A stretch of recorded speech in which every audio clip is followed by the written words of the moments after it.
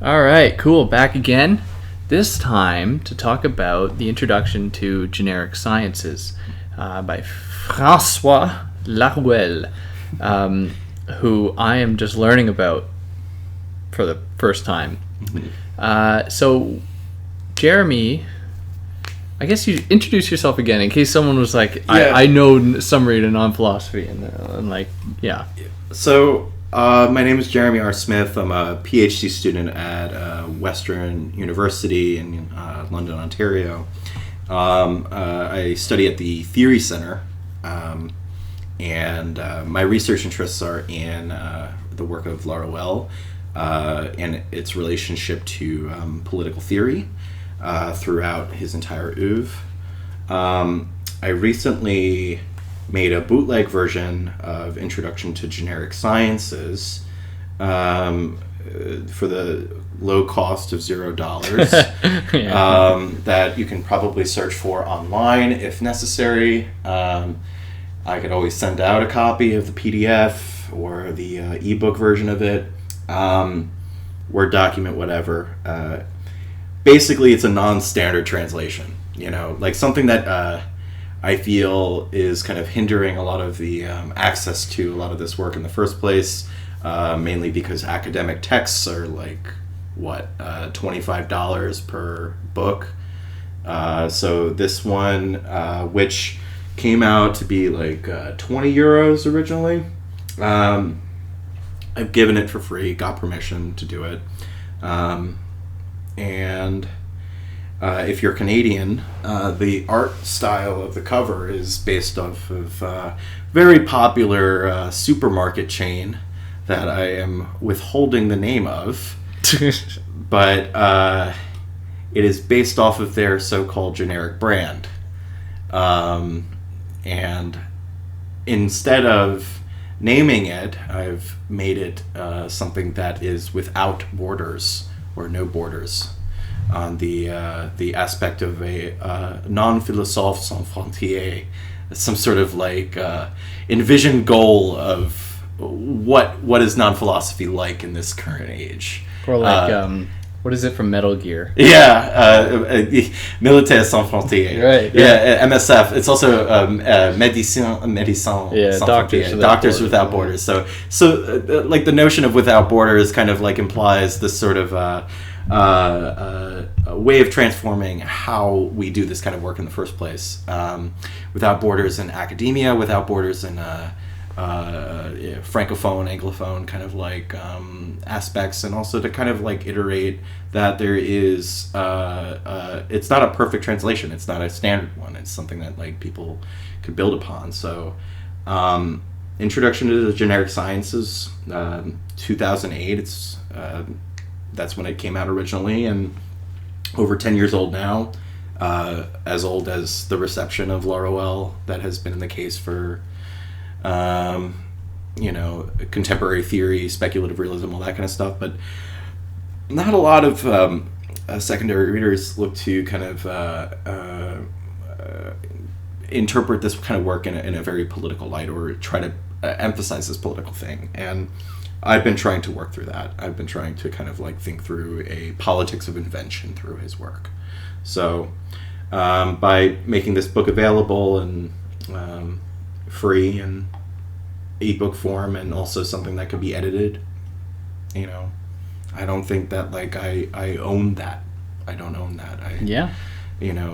I think that if this is available and all that, we can have a discussion and move it forward, so there's a lot we can discuss for this book. It's originally 140 pages long, but I've sized it down to 46 pages or so in English, and thanks to font size, but also thanks to the amount of space that you have on a page. They're big pages. Yeah, so you have a lot to kind of parse your through, but I mean, like, even then, it is a little bit unreadable. I don't have like any classical training in ebook publishing or anything like that, so this is kind of like my first forte in that. So we have a lot to discuss as far as things go. So Yeah, so let's hop right into it. And Yeah. quite simply, what is a generic science? And if you have to start by saying you're defining what a science is, that's fine.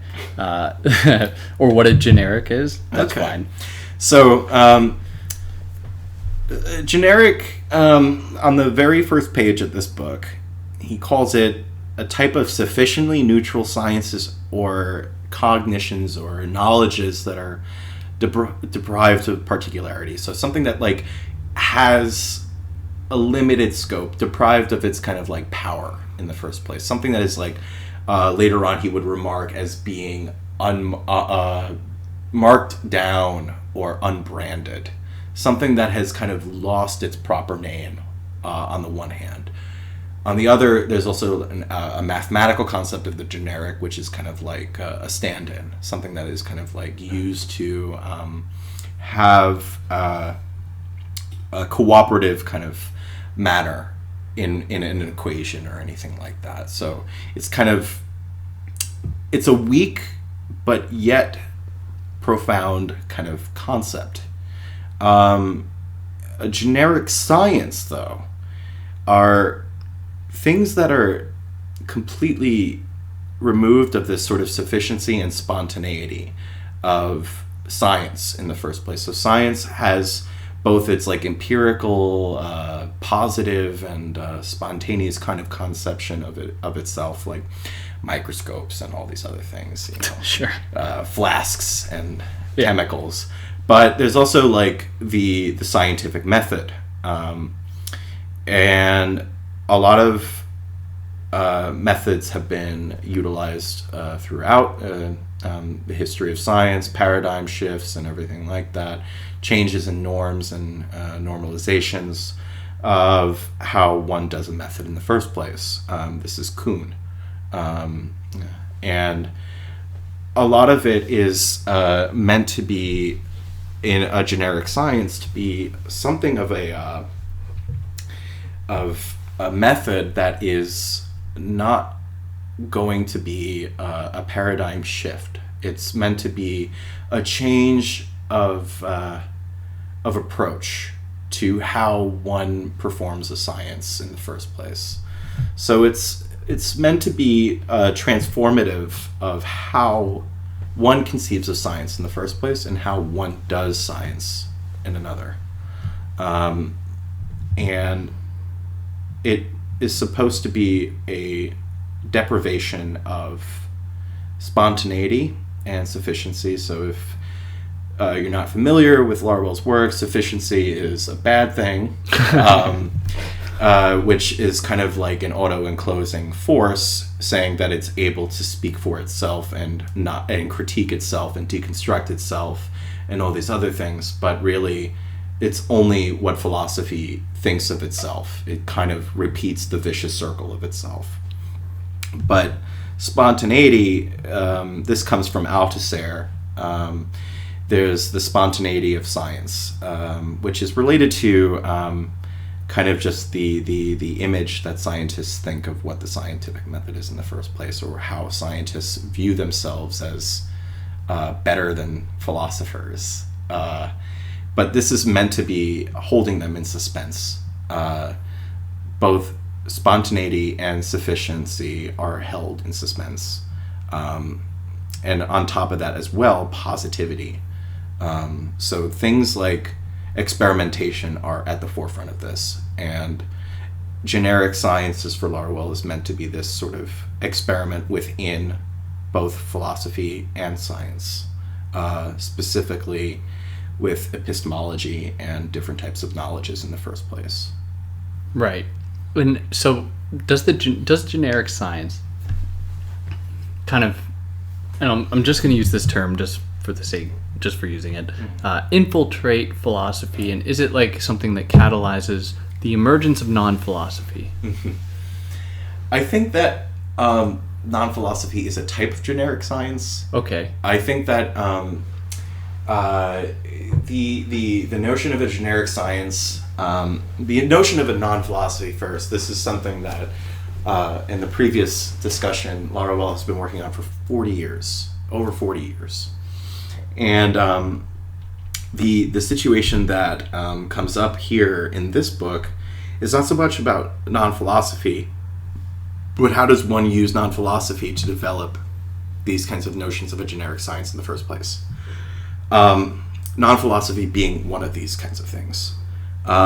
So what I mean here is that a generic science is something that is a problematic concept, mainly because we have a lot of different types of approaches towards like reaching a consensus between sciences and philosophy. This whole notion of a epistemological soup is what he calls it, right? Or and this might serve as a sort of controversial term, but he refers to it as a miscegenation of cognitions, or métissage des connaissances. Métissage or miscegenation being like mixture. Yeah. And he's not meant to be like saying that this is a good thing or a bad thing, but interdisciplinary work kind of leads this miscegenation to be a case where it's like you make things compatible when really they don't work out the way right. It's kind of like a cosmopolitanism, like some, leftist multicultural like BS. Yeah. So it's very superficial, and a lot of this is also related to a postmodern turn in a lot of different approaches that he's kind of commenting on, and this is kind of like a new problem for Laruelle, where it's like we want for more work to be done between these different regions, but really what ends up being the case is a lot of this naive, spontaneous attempts to make things work when they don't, and we have to observe how they could work. Okay. And this generic science is meant to be the case. And furthermore, this book is meant to be a kind of stepping stool for like a new kind of take on Laruelle's work, which he calls non-standard philosophy, which is somewhat distinct from non-philosophy, but it's meant to be implying more of a non-standardized usage of philosophy, to do philosophy without being a philosopher. Right. Yeah. So it gives a little bit more liberty to do this kind of work in the first place. But generic sciences are, in essence, two different types of things. One is meant to be the removal of it as a predicate, but rather as a constant, something that is within all these different types of disciplines in the first place. And then it's more about developing a transformation in both of the sciences and philosophy in a way. So this is, not out of the blue for Laruelle. This is kind of like normal for him. Mm-hmm. But I think the new thing that comes to play here is a lot of the notions that he would become more noted for nowadays, which is like quantum physics and the notion of the generic and all these other things that put him side by side with a thinker like Alain Badiou. Right. And kind of thinking through this notion of a use of science as a materialistic approach. So whereas Badiou has set theory, Laruelle has quantum physics. So these kinds of dynamics are all the more very interesting to kind of think through the relationships between science and philosophy in this way.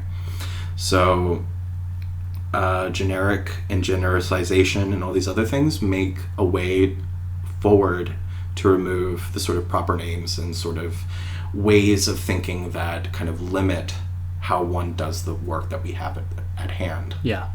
So that's what a generic science is. So how does it oppose, or how does it make manifest or present to us the opposition between ideal of science versus ideal science. Mm-hmm. That is a distinction that he draws. So this is very early on in the introduction. And to provide a context to this, I'm going to quote from that based off of my translation. He says, generic signifies, if not whatever or ordinary, at least sufficiently neutral as a discipline, neutral and general in the exact limits of the generic, to integrate the ideal of science and ideal of philosophy. The ideal? Obviously, it is a question of the ideal of science opposed to the so-called ideal sciences, as is the case with some positive sciences. As to the ideal of philosophy, a formula which exists in reality, even less so than the previous one, is a question avoiding the philosophical systems, such systems like the so-called ideal philosophy, and to serve sciences as whatever tools of philosophy sample from the different systems of thought. In both cases, the ideal is especially not the idea in the Platonic sense, even less so a science or a perfect and total thought. It is even better to think of it in terms of the Freudian distinction of the ego ideal and the ideal ego. So this thing that Laruelle is kind of suggesting here is striving towards what is the best end, what is the best usage of science and philosophy, and not so much of like the best state of philosophy. So the ideal of philosophy, the ideal of science in this way, is not meant to be a redirection of striving towards like the best form of method, the best form of approach, but what is the end? What is the generic end? What are the means to this end that these kinds of thoughts can come into play for? So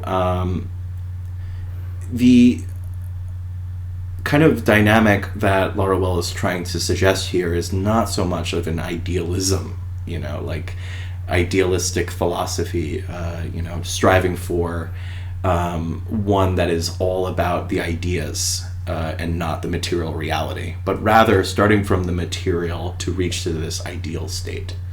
So it's kind of a relationship which we brought up in the previous kind of discussion of non-philosophy and materialism, but this one kind of leaps, has like a leap of faith in a way, but a quantum leap of faith, sure.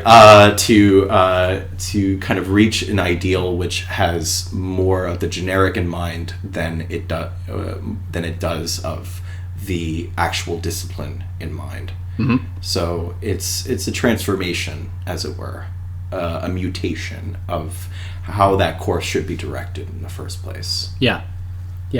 So for him, he calls it a science thought, Mm-hmm. right? I think. And how does that relate to what he calls intervening factor equals X?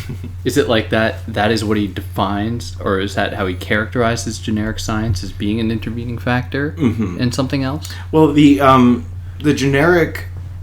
So later on in this book, he determines between an undervening force and an intervening. So an undervening, or like intervening in a way that like is constant as opposed to like a predicate. So Sure. The generic obviously has been treated in terms of like a predicate, so it's been used as like an additive kind of concept to add to in front of a noun or anything like that, Mm-hmm. as opposed to something that constantly appears throughout all these different kinds of usages in the first place. So in intervening equals X, intervening force equals X. Factor. Yeah. So this is kind of like what kind of appears or makes itself manifest throughout these kinds of different iterations of thought. In the previous kind of discussion, we were talking about like algorithms a little bit, but or the Turing machine. So it's picking up this sort of elements of where does this appear? Where does this like kind of manifest itself? Where does it actually take part? And it's a sort of a way in which the generic is actually more active than passive than a lot of people think to be applying it to. and that it plays into a relationship with Marxism. It plays into a relationship with mathematics and sciences and everything like that, which Badiou has observed at great length in the Manifesto for Philosophy. But the difference here is that a science thought is not so much one that is kind of geared towards set theory. He remarks in the first chapter of this book, he says, like, you know, philosopher like Badiou, he relies on the text of set theory when there's like thousands and thousands of different types of sciences, like results that come out every year. Yeah. So it's like, I get the jab there. You know, set theory is a thing, has been like a century old, a little bit over a century old kind of factor, but it's old. It's not caught up to date. And it shows that like this sort of like catching up to date and like making sure that thought is caught up to date to kind of move past the sorts of boundaries that have been put in place in the first place.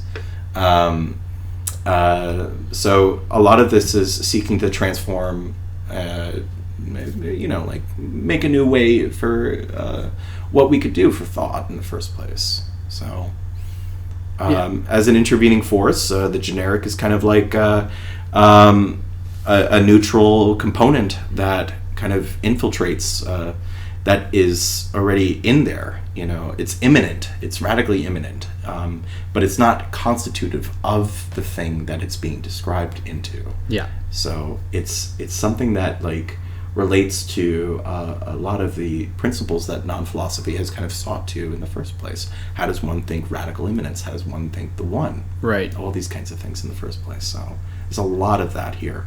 And I think that propels us pretty well into the first chapter, titled for philosophical research. What is it? On philosophical research? Towards philosophical research. Towards philosophical research. Yeah.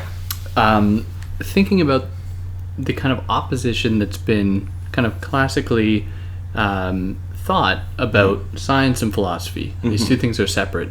Or when they're brought together in a kind of simple way, like what I will maybe naively say of the analytic tradition, using like science or mathematics or something to try to justify like logical theorems or some crap like that.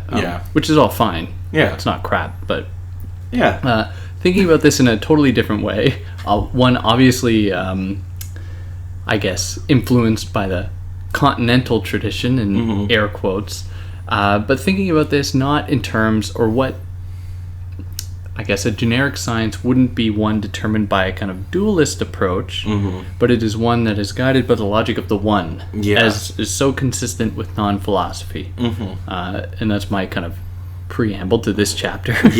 Before getting into world research and whatever the hell that means. So on and so forth. So here in this chapter, he's trying to treat science and philosophy as identical to each other. And this is not at all related to like a logical identity. Like, you know,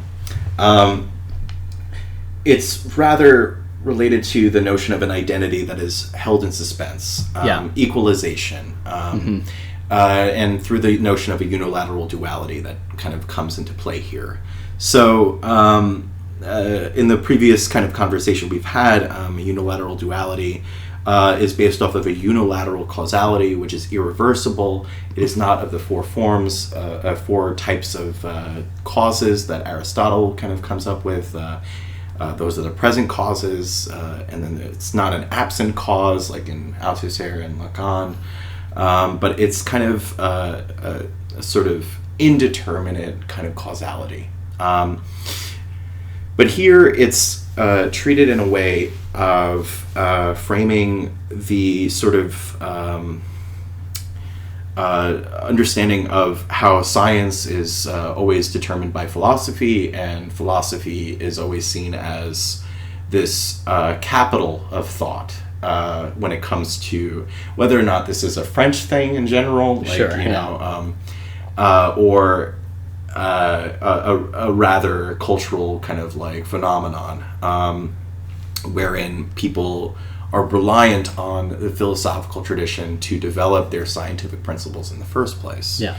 So Laruelle will remark that it's research, he says, seems an eminently philosophical concept ever since Platonic questioning and metaphysics has sought science, and citing Aristotle in that way. So it's meant to be a transition in research. Previously, in the other discussion, we said that it's not philosophy as rigorous science, but science as rigorous philosophy, so that there's a sort of mimetic, doubling, cloning of what one does and why non-philosophy looks like philosophy, or why does it look like this and not that, and so on and so forth. So there's a kind of questioning that comes into play with the notion of a research model and a research method and all these other things that kind of play into that for this dynamic between science and philosophy. Not to treat them as twins that are dueling each other to seek supremacy over one another, but rather to kind of like reduce them to these kinds of different modes of the real, modes of the one, that are kind of like symptomatic of what the real does. Yeah. This kind of causality that is irreversible. It's just constantly emanating. It's what is lived, So to kind of put this into perspective, excuse me, the sort of dynamic here is to not think of a philosophy of science as would end up the case of an epistemology, but a science of philosophy, which leads to a non-epistemology, or a non-standard epistemology. So we can continue going on, but I think that could suffice as a way of framing this sort of a dynamic between like the grand narratives that still persist in the philosophy of sciences. Yeah. And there's a wonderful quote here that he says, philosophy assumes that there is a topology of sciences, a cartography of disciplines and continents, an archaeology of knowledges. It is an immense effort to lay science on this bed of Procrustes that is philosophy, and in the coffin of history, to reduce knowledges to disciplines as distinct, though which they exceed. And Laruelle says that he's a pirate, a corsair, navigating these kinds of territories and just saying, let's smuggle them, let's participate in this international commerce of knowledges and try to kind of change the course of where this is going. This is where it's leading to, the ideal of science, the ideal of philosophy. What is it for in the first place? Yeah. So in this, perhaps not in that process exactly, but in this chapter he also gets into the becoming world, or what that necessarily implies, where he says that there are two components, and we're kind of setting the stage for what one might assume to be kind of dialectical encounter, but they don't synthesize in a very neat way. No. If I understand it correctly, these terms kind of maybe collide, maybe they don't, where one of the terms kind of floats above the other in a way that is mutually accepted by the two, but then that kind of transcendence then gives it a kind of a third position, what I think he would call an immanence, but maybe not, that turns this kind of new scheme into, or that to be what I understand the birth of the becoming world, or I dare I say the real. All right, so it's setting that, first of all, how many things have I gotten wrong with that? And how do we correct them to keep going into like world research? Okay, so let's set you back on the right path here. And you're onto something, but not there yet. So there's the becoming world of philosophy, and the becoming philosophy of the world. This is something that is in the 1844 manuscripts by Marx. Sure. Where he's talking about how alienation the existence of alienation is a constant formation of a species being in the first place. And this sort of dynamic between a becoming world and a becoming world of philosophy and becoming philosophy of the world is meant to be like this reflection on, I believe, Hegel's kind of influence over how the world kind of functions in German thought, as well as like the kind of the potential for how that could lead to both a positive and negative aspect to that.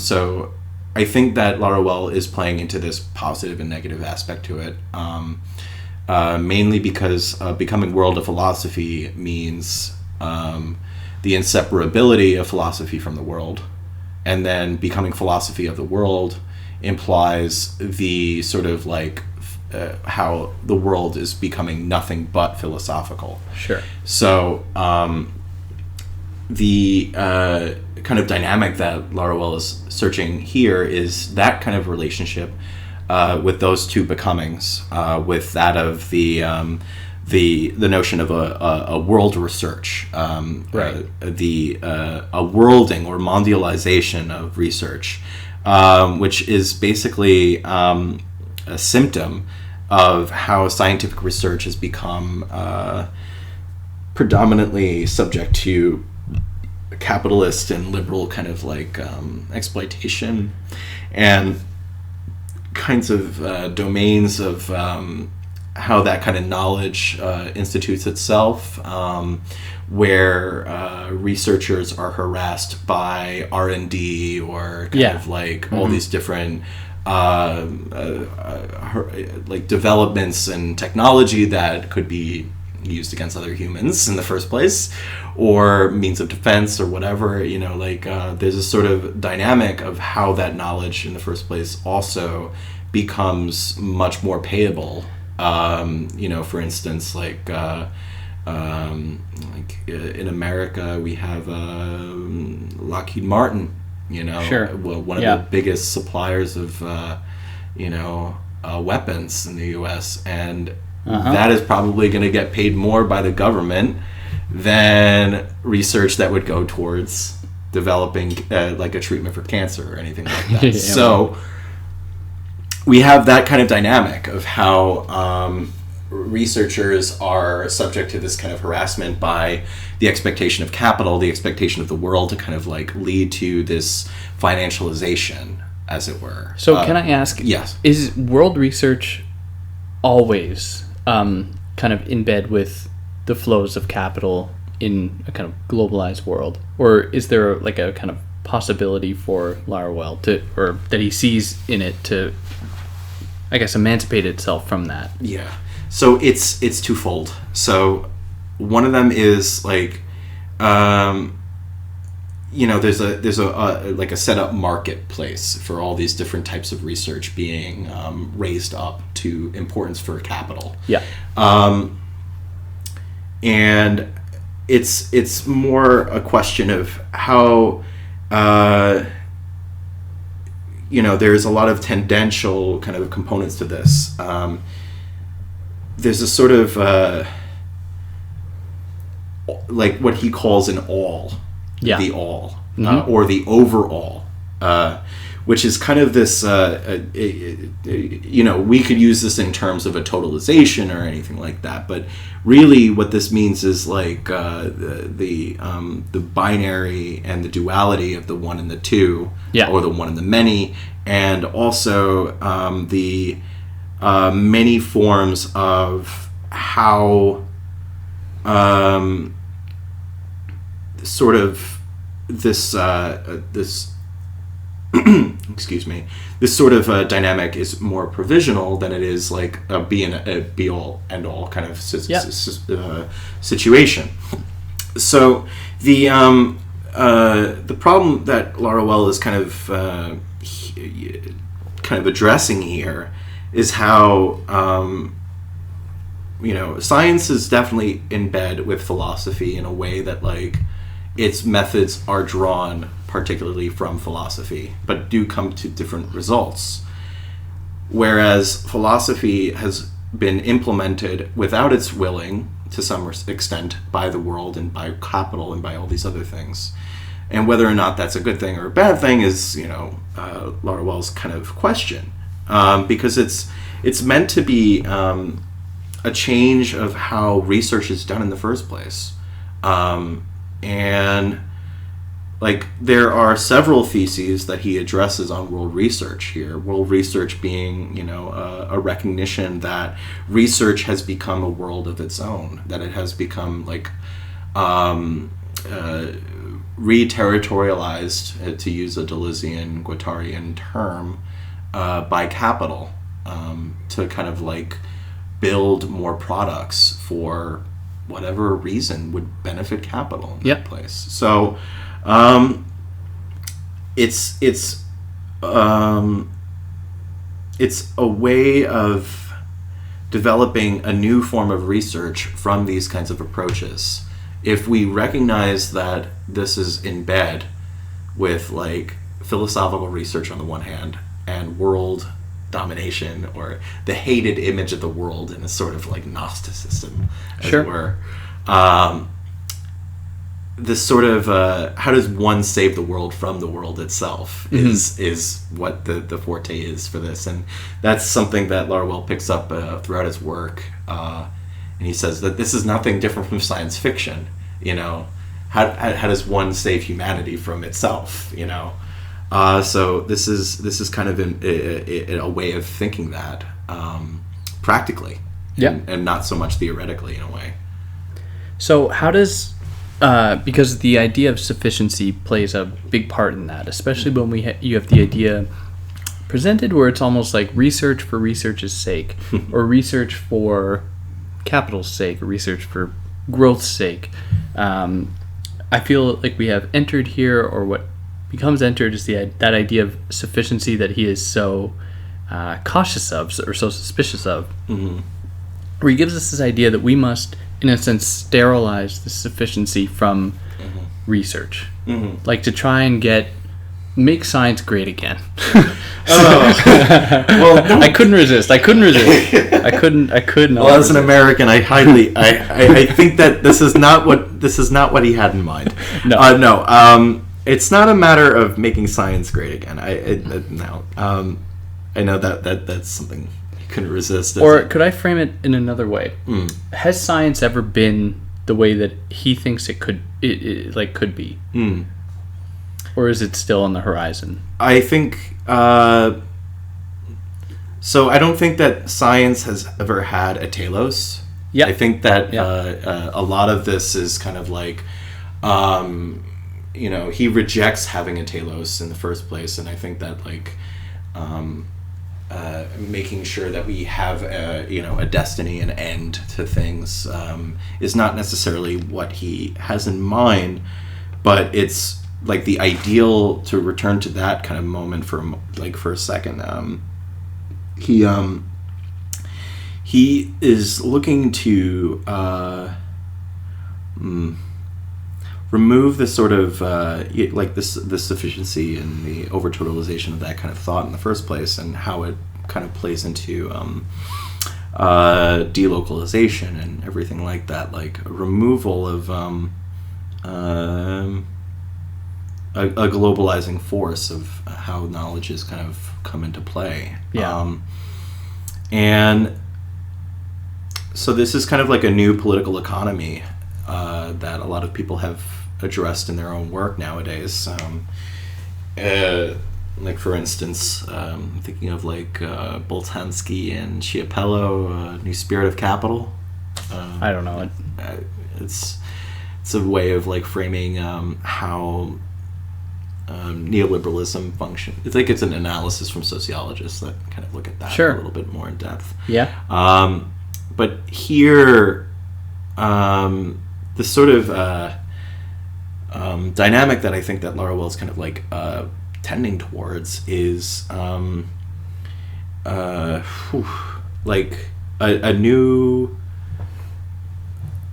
kind of like practice of kind of things. He's saying about computers in particular here, how in the machinery part of world research, this is like thesis 10 of this, computer has the primacy as material and intellectual productive force, while information has the primacy in the relations of production. So this is Marxist lingo. The computer has displaced philosophical functions which are not immediately recognizable. It is endowed with a power of synthesis, connection, and communication, interface and exchange, properly philosophical, worldifying. And he remarks that Hegel is dead but replaced by the calculator. So it's kind of like, this sort of technological advancements that a lot of thought has not caught up to in the first place. And it's kind of alienating, like if you're not able to catch up with the technology that's being produced, what kind of thought could be not competing with that, but working cooperatively with that in a way. It reminds me of the concept that he introduced a long time ago, in contrast with the dialectical materialism, that he called machinic materialism. And this is something that's from his early writings in 1978, where he's talking about how thought must catch up to the pace of how all these thoughts are moving at an accelerated pace. Yeah. And if we are not able to catch up to that, we have to either cut it off before it goes further, or build up new fortifications by these types of new things in the first place. Yeah. And that's what I think he's trying to do, to recognize that there is an alternative when we were told that there is none. Yeah. So I don't know if that really answers your question. No, I think it does. Yeah. It gets to the heart of it, because when we try to imagine something like a science thought, mm-hmm. or a kind of mix of science and philosophy that isn't appropriative of one appropriating the other, mm-hmm. I think that the best way that we can frame it is, I think in a sense, the way you just did. Mm-hmm. It's always something that it's coming. Mm-hmm. It's coming, or as you are imagining this as far as your own research goes, politics of invention, mm-hmm. something that, we have to, in a sense, get a little creative about. Yeah. Perhaps even a little bit wacky to get there. Mm-hmm. So I think in that way, we have to be content with not getting a straight answer, because mm-hmm. we're not going to find, I can't say for sure, but I don't think we're going to find an answer in Laruelle. He's giving us the tools to, build the house. He doesn't give us a house. Mm-hmm. So to speak, or a bungalow. Yeah, a bungalow. So, who is this person? And what I mean by that is, who is the generic subject of science? Are they like the stranger that we get in the other text, the summary of non-philosophy, the person that exists on the margins, perhaps even outside the margins, to maybe reveal the limits to the supposed totalizing knowledge, or the self-belief of totalization that philosophy or science kind of embodies, to show that, in fact, there's a lot that exists outside of your own domain. Mm-hmm. You can't account for everything. Is that what this generic subject of science is doing? Well, the thing is, there's a lot of distinctions that he brings up in this book. There's the generic subject, or the generic human. There's man in person. And then there's also the stranger subject. And the subject and the in-person are distinct. Yeah. So it suffices to say that there's a sort of distinction between the in-person and the subject that I guess I can address here. And this kind of plays into a unilateral duality again. So the thing is, he says that there is, in essence, an existence, but philosophy is existence and science is the essence. But these terms are also lost of their philosophical kind of connotation in the first place. And I think it has something to do with how existence is, in the world, appearance, all these things that are manifest already, whereas essence is kind of this mystical kind of voidy, unintelligible, unsignifying, unable to be like perceived kind of thing. Yeah. So science in this way plays not so much like a primacy or anything like that, but it is the thing that is sort of the way in which he says is how theory should operate. So the relations between science and philosophy are overdetermined by science at this way. Like it's a new form of overdetermination of how thought gets operated for him, as opposed to philosophy being the overdetermination or contradiction and overdetermination, all these different types of overdeterminations that render how thought should be directed in the first place. So the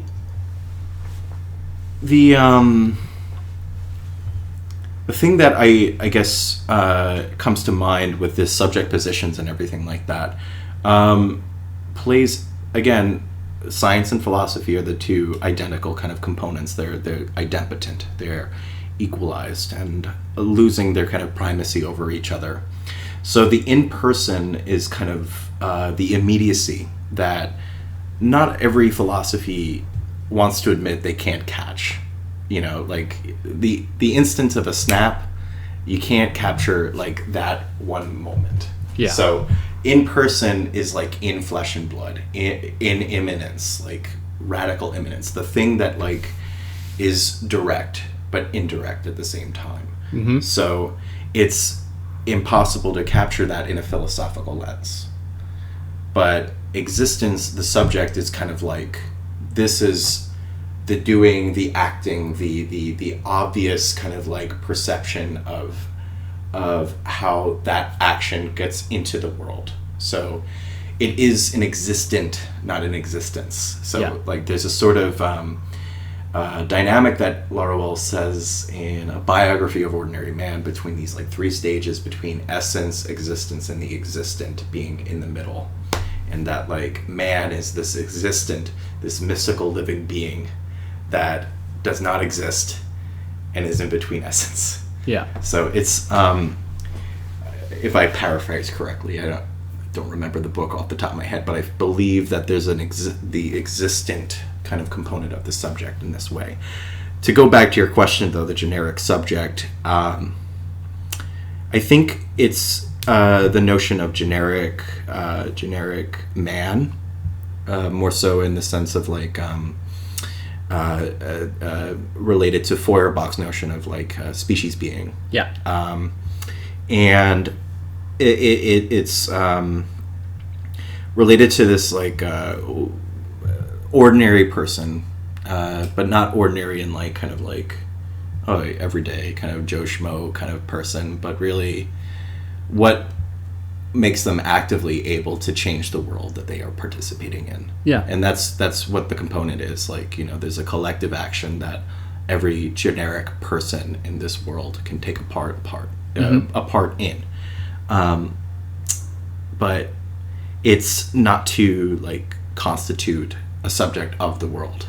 Like, so it is a bracketed subject, as it were. Like somebody that's like in between, or holds the power of suspending their own sufficiency, the power to remove the sort of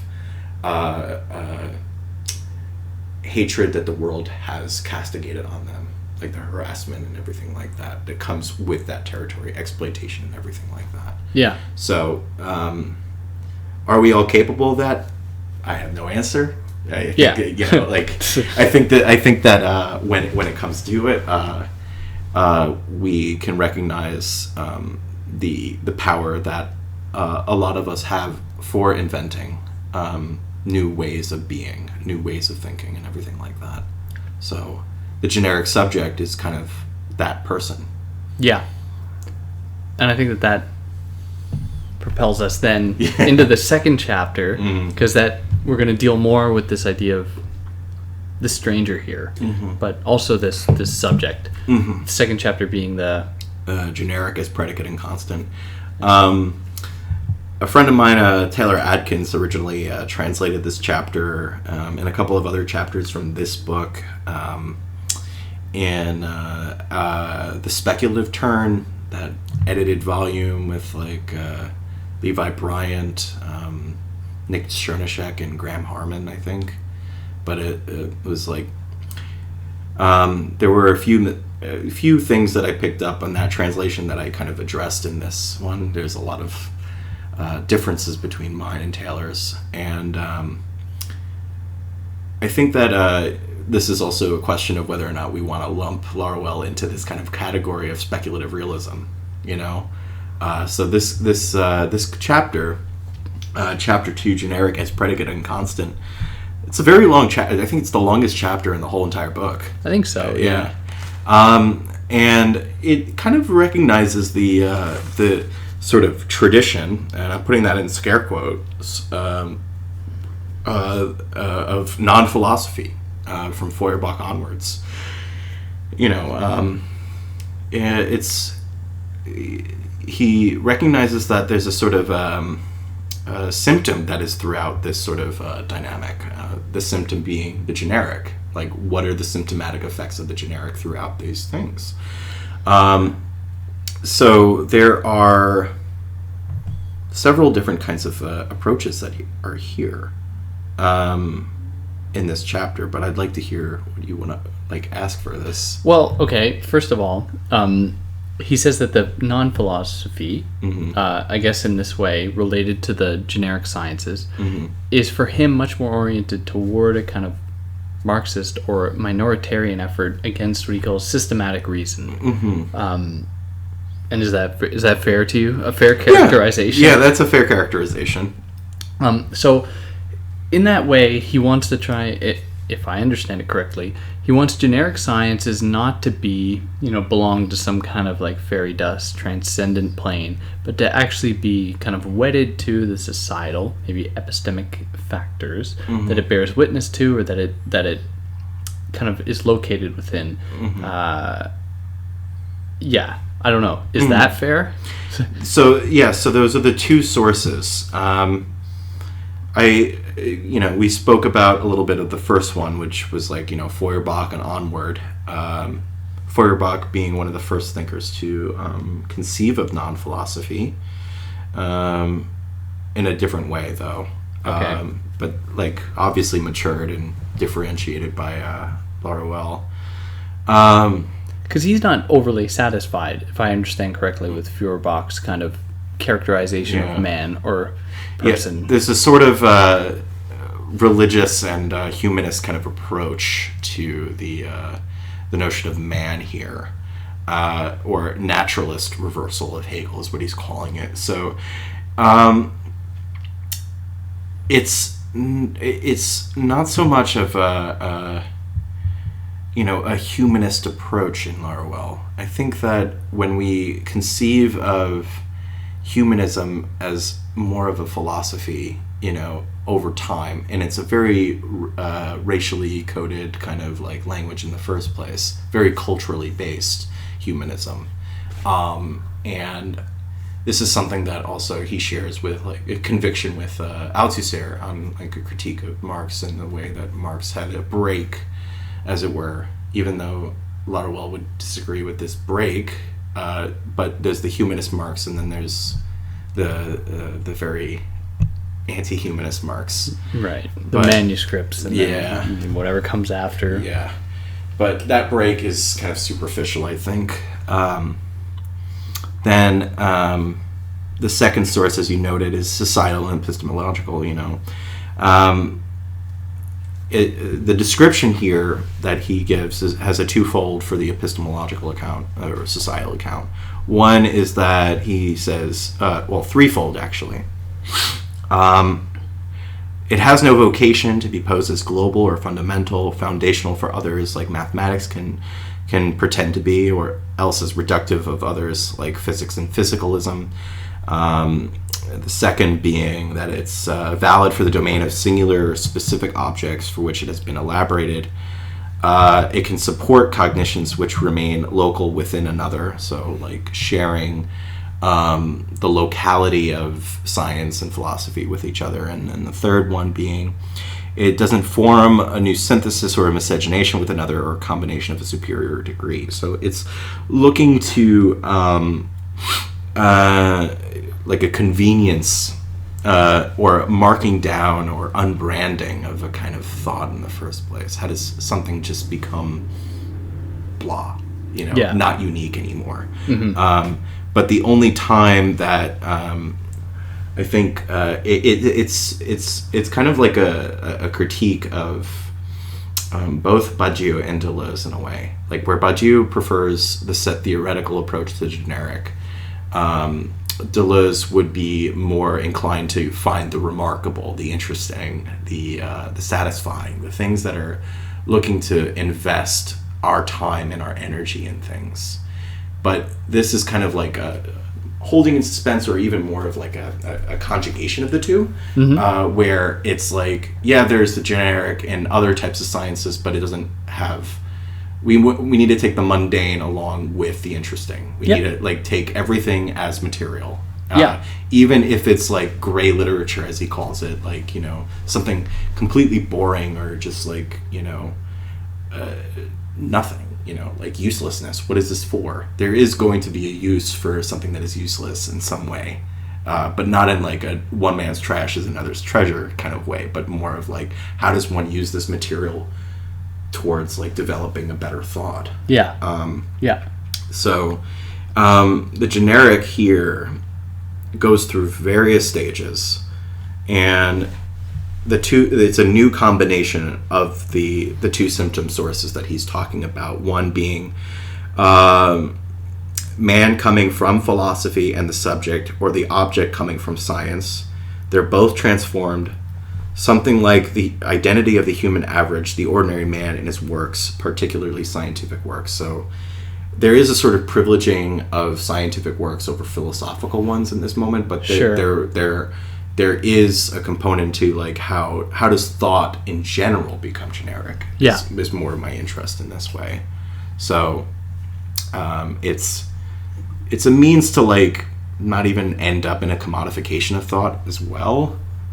It's trying to destroy that as well. I think, But at the same time, I feel like I feel like he says this, his whole project around the non, or rendering things non, is not in favor of destroying a system, but of transforming it in a sense. I don't know if you think that that's fair. Well, it is. So there is two things to this. This destroying the sufficiency, but making sure that the whole entire thing is still intact.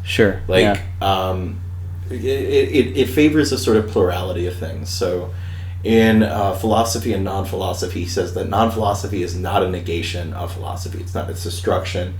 It's like kind of leading anew to a new type of thought, thinking philosophy otherwise. So, which is the subtitle to that book in French, which unfortunately did not make it to the English translation, but it's what it is for how people are pedagogically introduced to this sort of method in the first place. So then we get he gives us three axioms, right? And these three axioms pertain to the project of generic science. That is, the first axiom is him creating a distinction between Feuerbachian man and supplanting that with what he calls man in person, or I have in brackets one in person, as kind of the base of the universal or the generic form of all systems. Is that fair?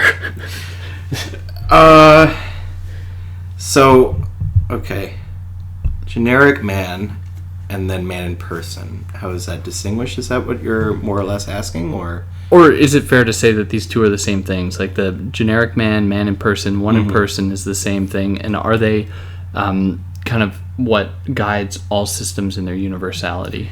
So one way of putting this is saying yes, but also to recognize that as sort of dynamic that was brought up or a little bit earlier, either both in this conversation and in the latter one, about the determination of last instance and how it's not that man is determined by philosophy, but man determines philosophy in the last instance. But it's not meant to be like a condition of possibility, you know. And it's related to Marx and Engels' notion that they say in the German ideology that life does not depend on consciousness, but consciousness on life. So this kind of distinction, I think, between man and person and the generic subject or generic person, one in person, and all these other things, kind of is the same thing. They're all generic, like they all share the same quality to each other, and more importantly, Feuerbach's man was humanist and naturalist and everything like that, but the approach to breaking from that sort of dynamic and not treating man in an equation with humanism, or like what I said earlier about like how it's related to like cultural, racial instances and everything like that. It's kind of playing into this the essence of man being scientific, being indeterminate, being non-definable, unintelligible, kind of like withdrawn is what I would kind of use as a metaphor here, mainly because it's kind of starting from this impoverished position where there is no answer given to that, but his existence is philosophical. Like his man's life is nothing but philosophical, thrown into it and everything like that, and it's a matter of making his essence and existence cooperate with each other as opposed to one over-determining the other. Yeah. So that's how I would kind of phrase that subjectivity. Sounds good to me, and I think that in a sense brings us to that second axiom, where this man in person must be, he says, almost without subject, with devoid of subject, whatever the hell that means. Well, so without subject, that's a very good question. So I think that this is the section on idempotent addition, sterile lived experience, and unilaterality, right? I believe so. Yeah. So the thing is, without subject, this is so the second axiom rightly poses this operation without substance, which is also without subject. Hegel famously treated the subject as substance. Sure. And substance is distinct from subject in terms of Aristotelian kind of like approaches, right? So the it must be without substance and without subject in a way. So how does one get to this in person, which is the essence of man? Yeah. The scientific, this indeterminate kind of aspect of things. It has to be without a subject, without a substance. It has to be this kind of like de-philosophizing, de-growing, de-potentializing the philosophical ways of interpreting how that essence is drawn into the light. Yeah. So that's the second axiom as far as I understand it, at least. So that makes sense to me. Okay. I think so. And then how does the third axiom figure in? At least that's how I have it written here. It is the generic is the product of man in person, not philosophical authority. Philosophical authority, I assume, being the absolute thing he's writing against. Yeah. That kind of positive science crap. Yeah. Spontaneity and sufficiency and all this other things. So, so the thing is, the generic is constant for all the knowledges which are determined in the last instance by man. So this is a return to kind of like the last instance notion that we kind of discussed earlier. And the thing is, it's a matter of thinking about idempotent immanence, without distance or without mediation. It's also directed as a unifacial object or a uniject, is what he calls it. Sure. So unifaciality being like just one-sided, kind of like on a die or whatever, but thrown into the world, but all sharing the same kind of sides, as it were. Yeah. And the idempotence that he tries to say is kind of like a logical idempotence. Idempotence being how they're all equal power, which we discussed in the previous session.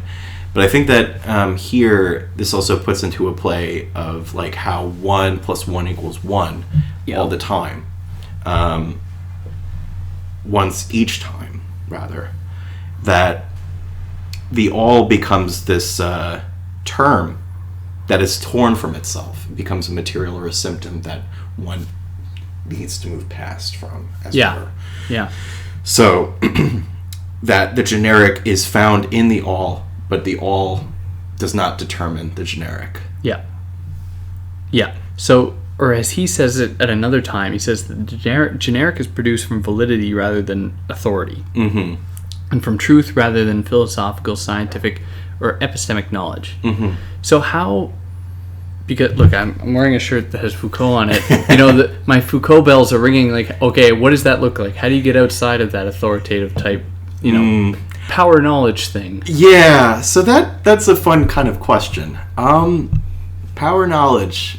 I don't know if I have the answer for you for that one. Yeah, like the thing is, for me at least, the dynamic that he's trying to play into is... what is the line again that you just said? I'm sorry. It is produced from validity rather than authority. Validity from rather truth rather than philosophical, scientific, or epistemic knowledge. Okay, so this is where the true without truth comes into play. Yeah, this is where it is. Okay, so philosophy and science have their own notions of truth. Yeah. And the truth kind of holds this sort of power over how things are interpreted, calculated, and sought to, rather than validity, which is true, or certainty. The distinction is to determine the true without the truth being the over-encompassing kind of like way in which that is determining that outcome. So the thing is, with power and knowledge, anything could be true. Yeah. And also anything could be the truth. Like, as far as if I read my Foucault correctly, whatever is in power determines what is the truth. Sure. So it's not so much about what is truthful, or like if we're looking at a post-truth world right now, for instance, that's also a symptom of power. Mm-hmm. Not so much a symptom of what is true in the world. We have to determine what is true for us before the truth is determined. Right. I think this is what Laruelle is kind of arguing in the first place. And this is also like a notion of the priority, like things that are prior to this kind of philosophical determination. Mm-hmm. So if we think of what is true before what is truth, this kind of plays into a way of preventing us from like reaching these kinds of conclusions that limit and also have a cap on who gets to say what in the first place. Yeah. And also to kind of play into the notions of de facto and de jure, like transform those kinds of ways of understanding fact and legality of the law by right and everything like that. So there's a lot to that kind of transforms this dynamic that I think Foucault was right in a very empirical way through a historical lens, but this is meant to be without history, without kind of like the empirical being the determining factor in that way. That makes sense to me. Because how I was reading it personally, this idea of truth without truth is a truth that isn't burdened by the kind of shackles of, higher, scientific reason or something as it's often like associated with. Kind of implying that truth can have so many other possibilities. And this isn't just like necessarily suggest some kind of like basic relativism or crap like that, but just like the way that truth in the terms of maybe affect or something, extends much further than the traditional powerhouses, and I use that term kind of funnily, how they normally determine what truth can look like.